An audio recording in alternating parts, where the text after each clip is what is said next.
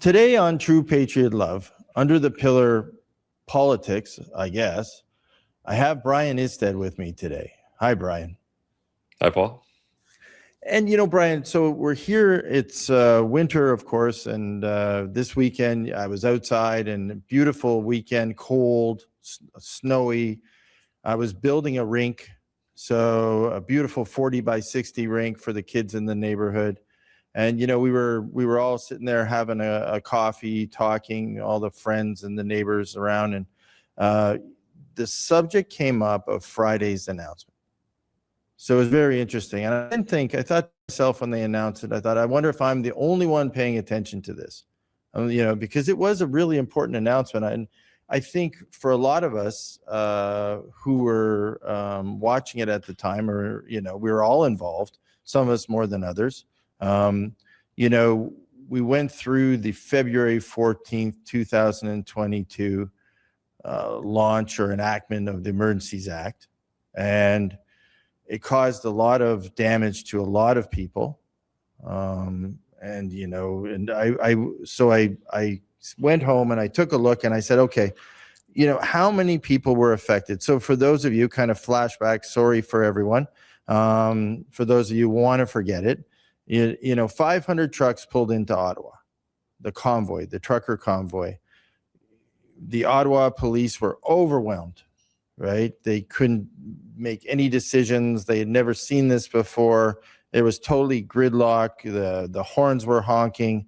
We were hearing reports of, you know, rioting and everything going on. The Emergency Act came into play because it went on for weeks. And then all of a sudden, bank accounts were being seized. People were being ticketed, fined.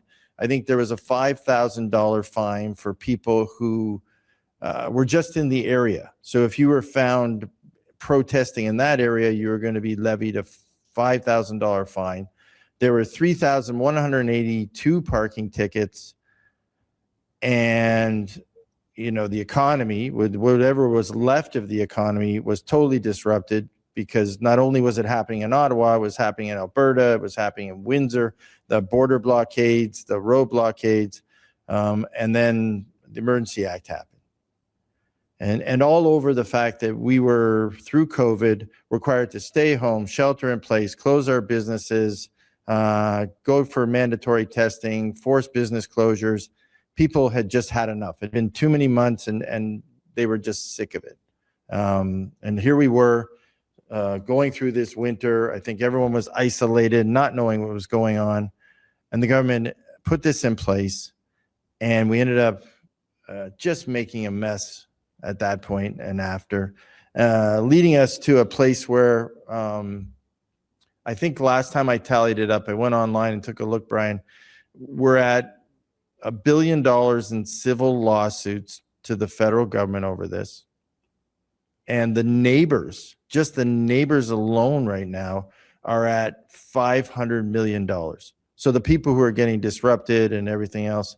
So, you know, I called Mike and I said, Mike, you know, is Brian around? Let's do a show, because quite frankly, I know you have a story to tell about this. So I want you to come in and talk about your story, because you were in the middle of this, right? I remember this story when I first met you. You know, you're in the hall and we started talking, and you started telling this story, and I was like, wow, that's crazy. I met two people other than you that were impacted. One that had their bank account frozen, and another had a fine. And you're the third person I met who had been impacted, you know, and that's in my small scope of sphere of people. So, you know, tell the story for me. So I'm surprised I didn't have my bank account frozen, to be honest, because I donated to the convoy through, I think it was Give, Send, Go was maybe the original one before it pivoted to the other one. I can't remember, but I did send, I think it was $20, because I believed in what they were doing. I didn't necessarily love the loud horn honking well into the night, you know what I mean? But I can understand the frustration of the people and why they were doing it. I don't have to agree with everything they do to stand beside them or behind them. But yeah, at the time I was living just a couple kilometers away from the convoy. You could kind of see in a little sort of suburb in the west end of Ottawa called Westboro, but you could kind of see even from where I was living, the tail end of it, even just walking distance from my house. Maybe there were trucks that had parked at the side of the road, or maybe were sitting in a parking lot with their trailer kind of thing that were part of it, but not necessarily at the ground zero. So I did take a drive through it early on. I believe in the first few days that it was there, I sort of drove past it as I was running errands, and it was hard not to become emotional seeing the level of patriotism, because that at the end of the day, that's what this was for the most part. Were there people that were unruly and use it as an excuse to get drunk and, you know what I mean, be rowdy and maybe commit, you know what I mean, vandalism or take a leak on a building? Sure, you know what I mean. I've said this before. Like, have you ever been to a bar? Is there a couple people there that can't handle their booze? For sure, you know what I mean. But the vast majority of the people that were there for the right reasons, from what I could see, and it was not this misogynistic fringe group of whatever Trudeau called them, you know what I mean, woman beating bigots, or whatever words he was using to describe it. It was an eclectic group of very mixed race from everything you could imagine. There was actually a pretty sizable number of Native Canadians that I saw there, which again doesn't fit the narrative of this neo-Nazi group that had assembled there to cause havoc throughout the city. But just driving through, I became a little bit emotional seeing it. And then I returned to it maybe a week or so later, before the Emergencies Act had been initiated, obviously. And I just walked around. I just wanted to see it for myself. And it was much bigger by this point. There was more trucks there. There was infrastructure in place, almost, you could say. There was not one, but two bouncy castles set up for kids. There was hot tubs. yeah, like there were soup lines, there were hot dogs and sandwiches, and everything was free for them, like hot chocolate. Everything was kind of going through either on the dime of the individual that had sort of driven there, or maybe they were distributing the donations that had gone through. But I just wanted to see what it was, so I took a walk through with some police officer friends of mine who actually had been let go from TPS over the mandates. So these people were there for a reason, and they wanted to see for themselves as well. And it was nothing but people that were dancing, you know what I mean, having a good. I believe at that time there was 2 DJ booths set up, so there may have been in excess of 10,000 people there, and everybody was having a good time. It was probably minus 20, minus 15, 20, somewhere in there. It was very cold in early February, and people were there well into the night, all night. You know what I mean, sleeping in their trucks, camped. There was many tents. People were braving this like soldiers, you know what I mean, going through winter warfare training. And it was nothing at all that it was being portrayed in the media. And if you went to see it for yourself, you would have seen that.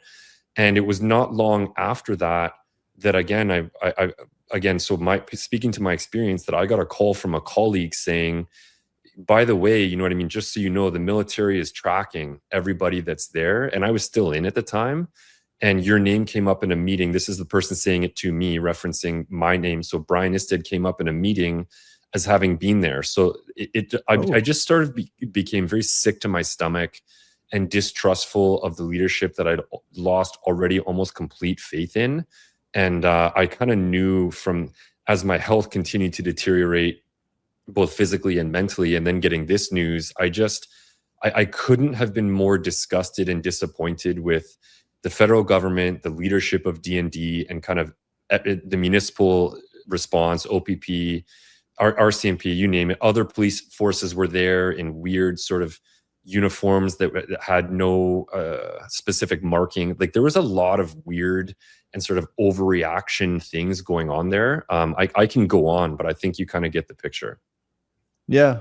No, and you're not the only one. So it's interesting, you know, you talk about it. The husband and wife that I know, they both work on Bay Street, and they were there, you know, and they ended up getting, that's the fine I talk about, you know, the people I know that got fined, but it was interesting. So there was people from all walks of life wanted to get involved, and it, you know, how it became. So let's talk about this. So I guess the local police lost total control of this thing. Like, really, or they just didn't believe in it. they didn't want to get involved because they weren't against it. So I think it was a combination. When the reports I've read about the Ottawa police and some of the comments and recommendations to improve were basically, resource-wise, they didn't have enough, and the people they did have, quite frankly, were not committed to it and believed in the cause. So it became, they just let the trucks go, and there wasn't an active move to move at the beginning to get them out of there. It just sort of grew and grew and grew, and I think at one point they were just hoping they would leave. I think that's an accurate assessment. I think most of the police that were in Ottawa or sort of assigned to be working this thing didn't really care, may have even agreed with it, some strongly. But as far as them losing control or not having control, I'm not sure what there would have been really to control. It was a controlled environment already on its own. There wasn't rioting, there wasn't violence, you know what I mean, to any sort of extent that would have required an extreme level of intervention.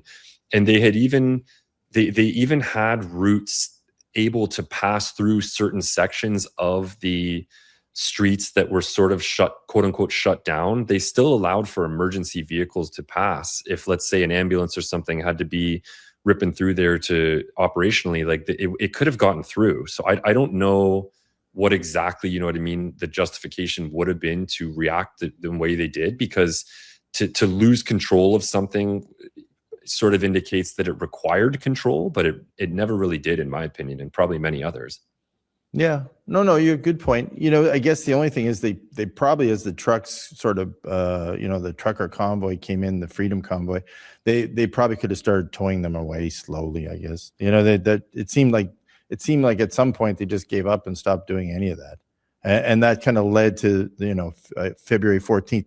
It's interesting. So I was taking a look back, and I had forgot all this, that Judge Mosley, the federal judge, when he did his initial ruling, he basically said the government did not use proper justification, transparency, intelligibility, and did not even have the factual or legal grounds to take into consideration the Emergencies Act.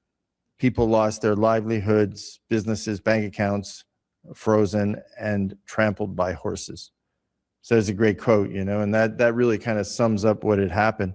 It's interesting as we go forward, because you tell the story about you moving, it's a party zone at that point. Hot tubs, balloons, kids, horses, and like I mentioned, that couple I knew that went up there, they were shooting selfies. We were all sitting on the couch, like, kind of looking at it saying, oh my goodness, look at, they're there.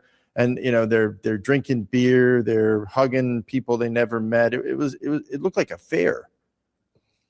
Yeah. That's an accurate assessment of what I saw too. So then all of a sudden, Emergency Act gets dropped, and the freedom of expression. So they put a fine of $5,000, and it's nationwide, for people who are involved in the protests. So, and that got ruled unconstitutional, unlawful. Of course, Justice Mosley and the Court of Appeals both ruled, quite frankly, it needed to be more finely tuned than. And it's interesting when you talk about them bringing up your name. It's almost like there was a witch hunt for people who had actually now gone to this thing, because they had let it get to this kind of fair environment where it was like a party. Everyone was watching it on TV, didn't know what it was. Some days it was kind of funny and cute. We had news broadcasters broadcasting every morning from it, and we were watching, where everyone slept and when they woke up and when the party started. It was ongoing, right? And they came out and said, listen, you either had to pinpoint people who were being violent or rioting or doing something like that in order to do that. So they ruled against it totally. So they came out and they said they couldn't do it. And then the search and seizures, that was interesting. So now they went in and they said, okay, now we're going to seize bank accounts for people who fund and give money to help this thing or stem it. That also came out, and Judge Mosley ruled that they couldn't do that either, because they were doing it on the same basis. They were just randomly picking people who were giving funding to an organization. And that wasn't pinpointed either. So they couldn't do that at the same time. And then here you are, you're coming up in a meeting. I think it's probably the scariest moment in Canadian history that I'm aware of. I want to remind people that there was many articles written in the newspaper in 2022 and 2023 about the planes that were flown from CanSoftCom above this convoy with the transponders turned off. So what this means is that there's a plane flying above with data scraping capabilities. So what this plane can do is use sophisticated sort of interception surveillance technology to ping all of the phones on the ground. Because let's be honest, every single person, as soon the moment they leave their home, probably even in their home, is carrying their phone on them or close to them. So anybody that would have been at that convoy celebrating protest, whatever, they would have had their phone in their pocket or very close by. So this plane will fly overhead doing sort of hockey Zamboni style ice clearing loops around to ping every phone that's on the ground and start scraping data from it. So what does a data scrape mean? So they know who you are, where you're from, who you've messaged, all the pictures in they can literally harvest your entire phone from a plane several thousand feet above the crowd. And very savvy witnesses noticed this pattern happening and then used flight aviation records through the government and aviation log websites and stuff like that to figure out that this was a military plane. And then once that was determined, articles were written. I found out about it many months later. I believe it was in early 23 is when I finally learned about it. And I did some digging with some of the lawyers that I'm involved in a lawsuit.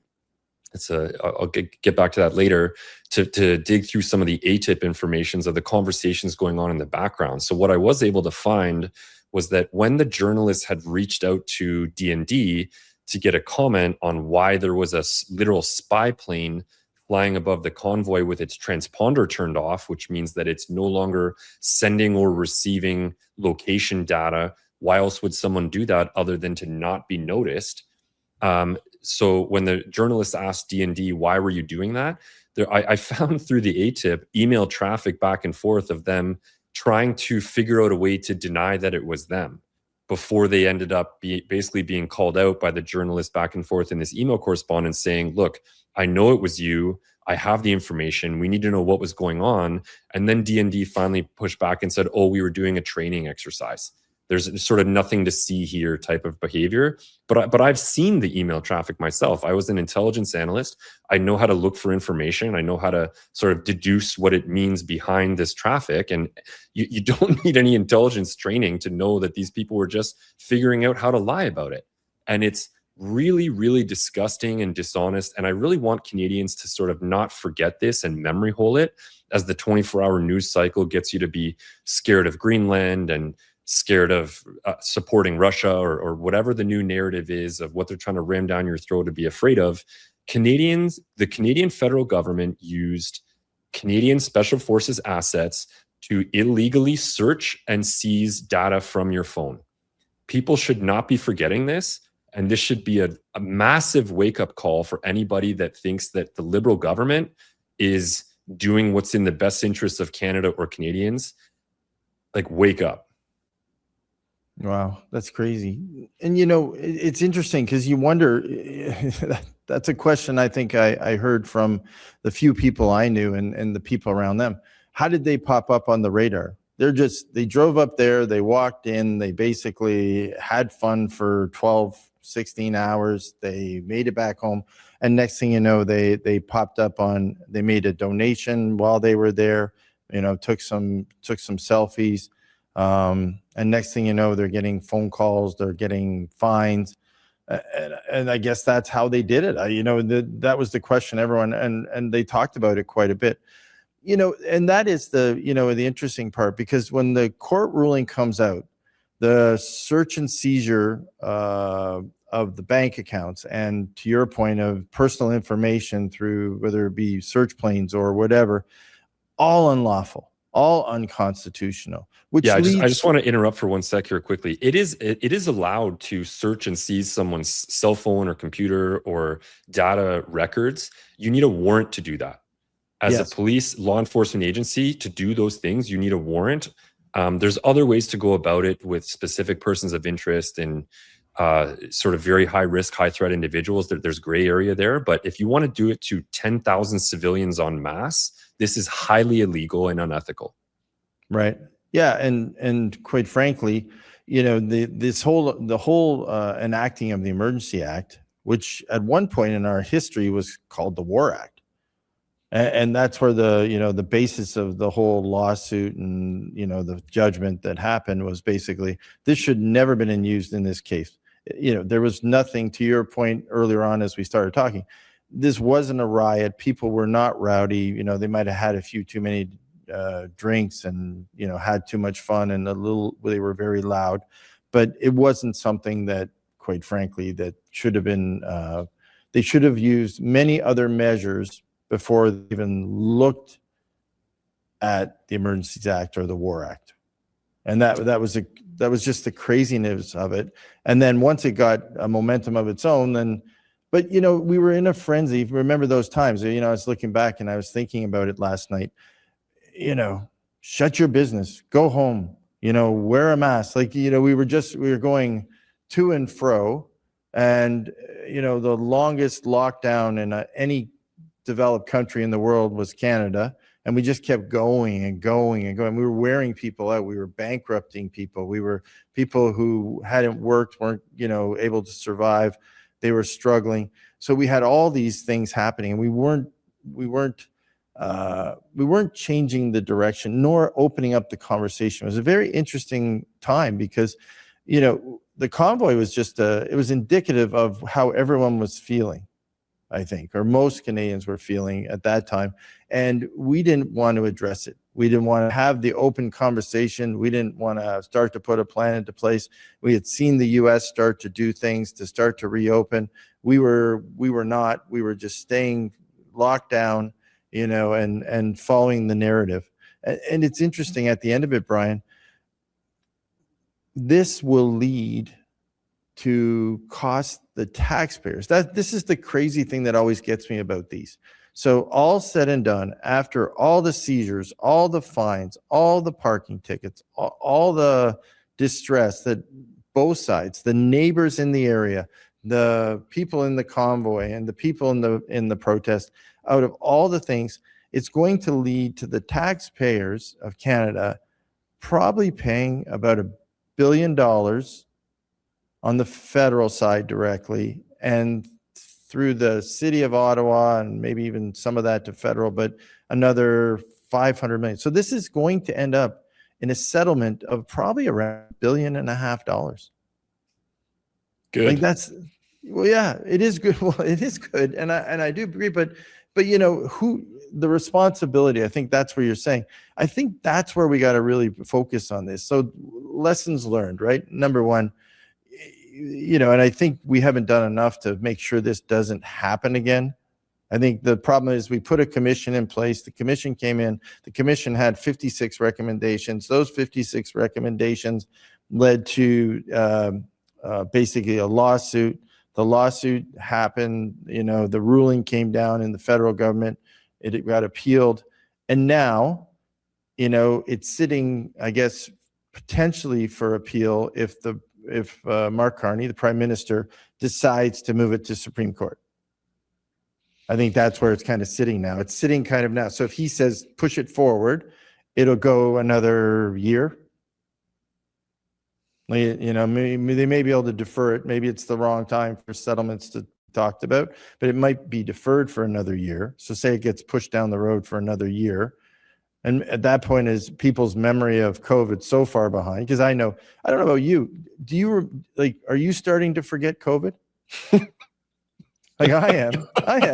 It's funny. I have so much COVID PTSD, man. There's no way I could forget the stuff that you brought up an interesting point too, because you mentioned that we had been locked down harder and longer than anywhere else. And I want to remind people of something else too, before they memory hold this as well. And I've talked about this on many podcasts now, that I was working in intelligence at the time when in early 2020, late 19 and early 2020, when these meetings were spooling up at the top secret and above level of what was happening and what should we do about it.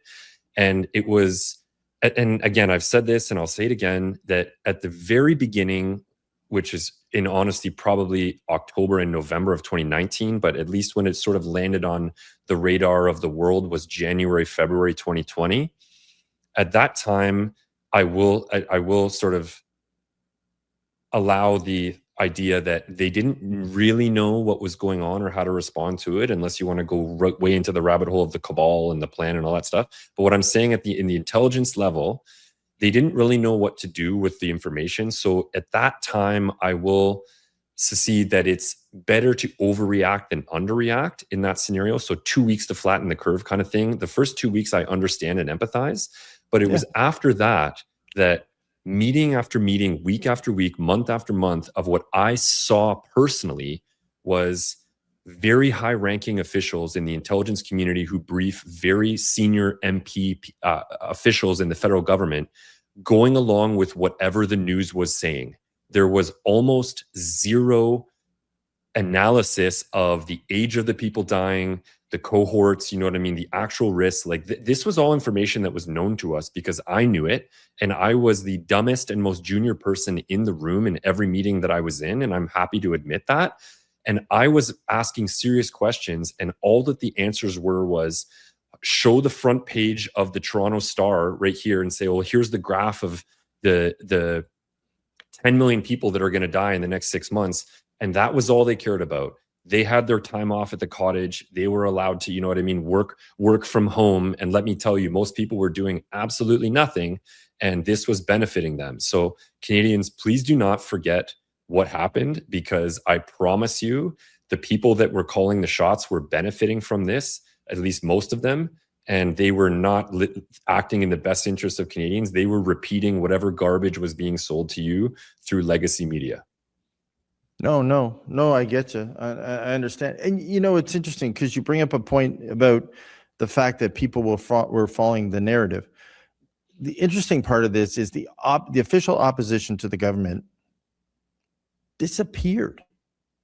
This is the interesting part, because when you read this in the last couple of days, I got to, you know, after Friday, I sat down and read the appeal and went through it, and you know, interesting, dry but interesting reading. And somewhere in the middle, I'm saying to myself, wow, they're not even close. So from a legal premise to this, the advice to the government at the time, they had to know they were going to lose this. So it's not like they were sitting in a room and there's a bunch of people briefing. If there was, that was just terrible work on their part. But whoever was advising the government to do this, to enact Emergency Act, because they weren't even close from a legal premise. Not even close. And Justice Mosley kind of in his initial findings and his rulings basically said that, you know, these guys in left field, not even close to this, not even, you know, to the point of it's unreasonable and borderline incompetent. So here we are, you know, they knew that. So there had to be someone on the opposition side that's looking at it. They have their own lawyers. They have their own, they're well briefed with the Constitution. You know, the first thing I would have done if someone would have enacted the Emergency Act is I would have had my team digging into what is the basis for Emergency Act? Does it work? And not even warning us, not even saying to us like, hey, by the way, you are probably going to be on the hook for $1 billion lawsuit here. Like the citizens of Canada, not only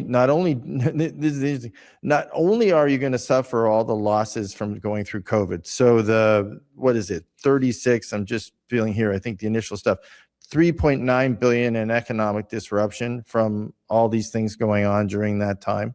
Whether it be convoys, you know, whether it be border crossings, slowdowns, policing costs. I think Ottawa alone had like 50 million in policing costs or 55 million in policing costs. Not only are you going to bear all of this, you are probably going to put us on the hook for a bunch of people you're about to harm within our citizenship. So you should stop. I think that would have been the right thing to do. I think that would have been a debate conversation. And how come that process doesn't take place? Like I'm not sure if that's a rhetorical question, but I want to just interrupt here for 1 second. Yeah. I think from what I saw, it was once the 2 weeks to flatten the curve had happened, there was no time that anybody in a leadership position was willing to say, hey, we overreacted. You know what I mean? Yeah. We acted what we thought was in your best interest. Now we're going to ratchet it back.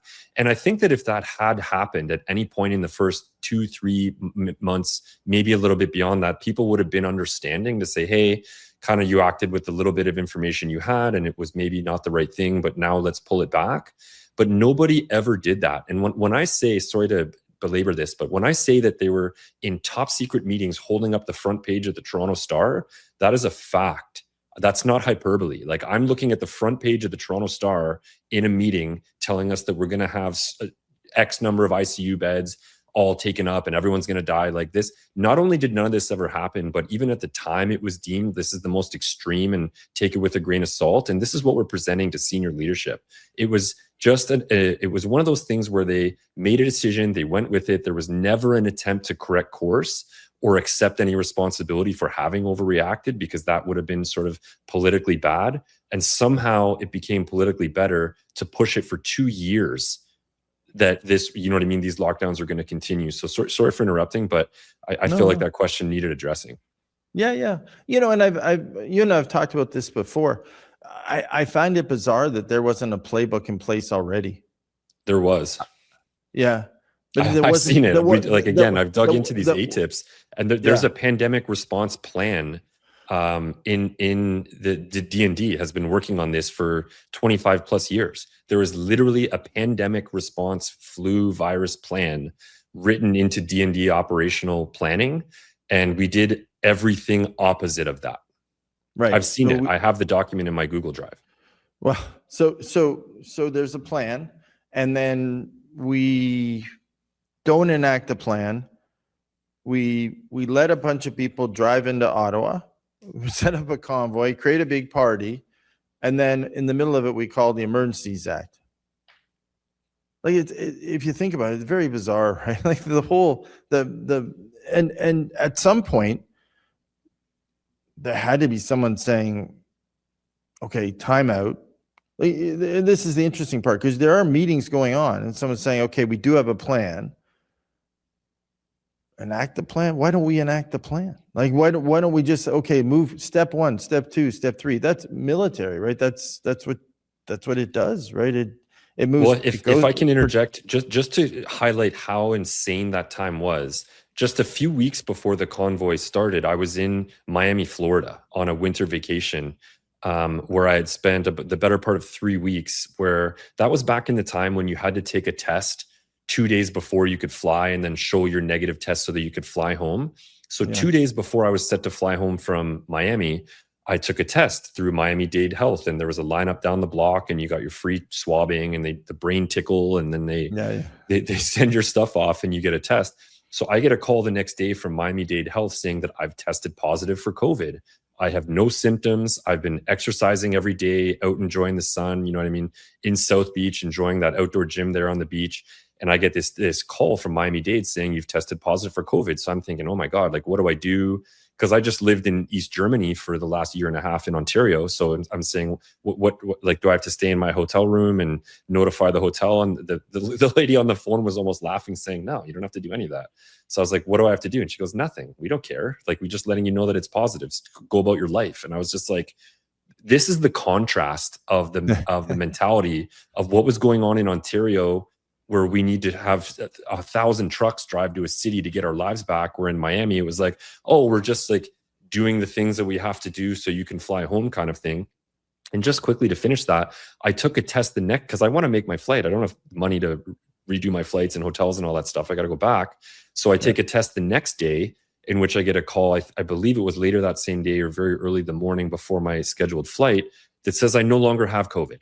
So like, even the testing, you know what I mean, was a joke. Who knows if it was a false positive, but like the contrast in the way they were handling it and the reactions of the locals and the medical and health staff in the cities and states versus the cities and provinces in Canada couldn't have been more black and white. It was absolutely mind altering to see this happen in real time. Yeah. No, I know it is mind altering. And, you know, Friday comes, you know, and again, and this is the interesting thing, because, you know, I'm out building the rink on the weekend. You know, we're making plans on how to put the maple leaf at center ice of this makeshift outdoor rink. And That's we're pretty all, sweet. yeah, we're all talking, and it's 40 by 60. It's beautiful skating area. And so we're all talking and we're going through it. And, someone says, well, how much is it going to cost, do you think? And I said, well, it looks like it's going to cost $1 billion. Like, wow, $1 billion. And it's funny because people there are from, just neighbors. So, you don't know their political affiliations, but kind of spending some time with them on this project. I've gotten to know probably 6 or 7 of them. My guess is probably most of them are liberal, kind of from what, the way, and I haven't asked them, but based on some of their views and what the way they're talking. But, so the conversation was very interesting. So we're just having a nice conversation as we're working away. And, so they said, well, that's a weird announcement on Friday. And I said, what do you mean? And they said, well, no one talks about the details of this, like settlements, what this is going to mean, like the outcomes in the media. It was a blurb, right? Federal appeals court, rules, the Emergency Act, use of Emergency Act, unconstitutional. The Canadian Constitution Foundation had a quote, which shout out to those guys for doing a great job. I think they did all the legwork on the legals for the lawsuit. So, but they said, they don't talk about what did we do to prevent it again? What is from the military to to health? Like, we don't talk about sort of how this isn't going to happen again. I find that such a Canadian thing. So, how do we get reassurance we don't mess this up again? We don't get into another big lawsuit again. It doesn't cost us all this money. None of that is talked about. And then a day later, it's gone. If you look today on Monday, it's gone. So it's out of the media. It's swept through. I guess we'll wait to see if it goes to Supreme Court. And that's the frustrating thing to me. The frustrating thing is the consequences to all these people, the loss of people's, livelihoods and lives, and how it changed all these things, the economy and the psychology, our kids. Look at the impacts of our kids. Our kids, when we do our education shows, our kids can't add. They can't read. We have teachers coming on our shows talking about how poor the scores. In Ontario, we're actually taking over school boards because their test scores are so low. Like that's how bad it is. But no one says, well, yeah, I think we better think about how we don't do this again. I find it bizarre thinking. And on top of it, Brian, this is, my pet peeve with it. The opposition doesn't stand up and say, like, make it be, like, to me, if I'm sitting in that chair right now, I'd be saying, I want to know how this doesn't happen again. And I want you to apologize. And if you have to make settlements to all these people, I want you to disclose it. I want the people of Ontario or Canada to know about it. I want you to, I want all those things to happen. But yeah, it just gets swept under and we're off to the next, whether it's leadership campaigns or whatever. And that's sad. That really is sad, because I don't think you learn anything from it. And quite frankly, and I'd like to know my military has learned from it.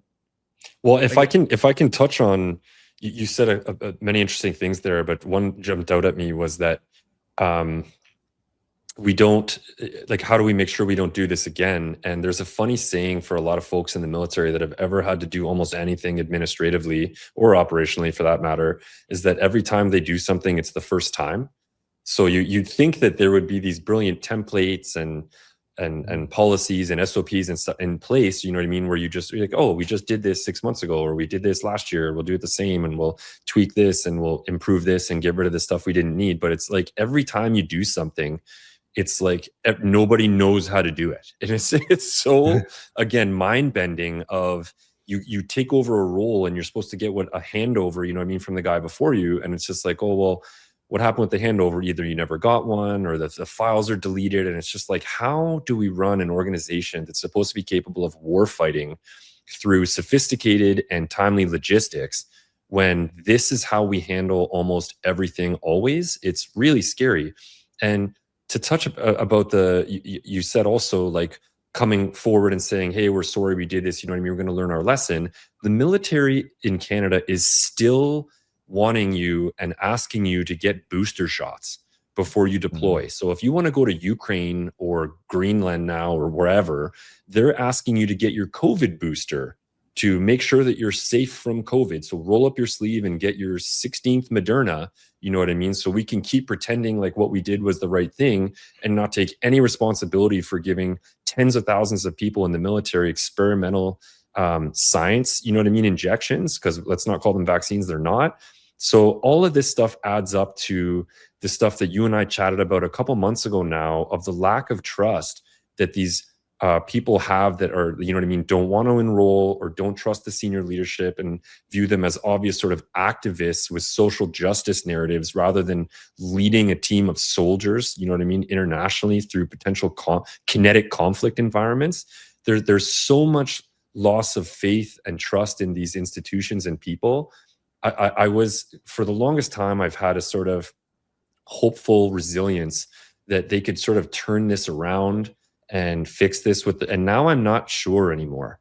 I think this might be the point in the Titanic where they realize that the ship has taken on so much water, you know what I mean? It's time to sort of abandon this unsinkable ship and just get people on the rafts because there is no saving this ship. I think the Canadian military and a lot of the senior leadership positions might be on the Titanic right now. I hope not. You know, me too. But yeah, and I think it all comes down again to leadership on both sides of the aisle and holding each other responsible and trying to figure out, you know, why this happened, how it doesn't happen again. And you know, Brian, I thank you for spending the time today. You know what? For those of you watching, please, you know, subscribe. You know, we have a new app out. Please tune in. We're going to do more shows again on this as we follow through because we really want to figure out what happens next. I'm so curious. Does this just get kicked down the road a little longer? So do we just try to put this thing into appeal at the Supreme Court? So quite frankly, in another year or two, we're back, Brian, are doing another show with the final outcome of this? Or do we actually get busy and try to resolve it, take care of the people we harmed, and do the right thing? So thanks, Brian. I really appreciate it. Thank you for having me. I'm sorry for some of the doom and gloom, but it's just I'm at my wit's end most of the time here. I'm trying to hold it together here. No, I get it. And if you want to come back and come skating on my rink, you're welcome. So. Sounds like a cool rink, to be honest. That's really cool you're doing that. We need more of those. Yeah, all the best.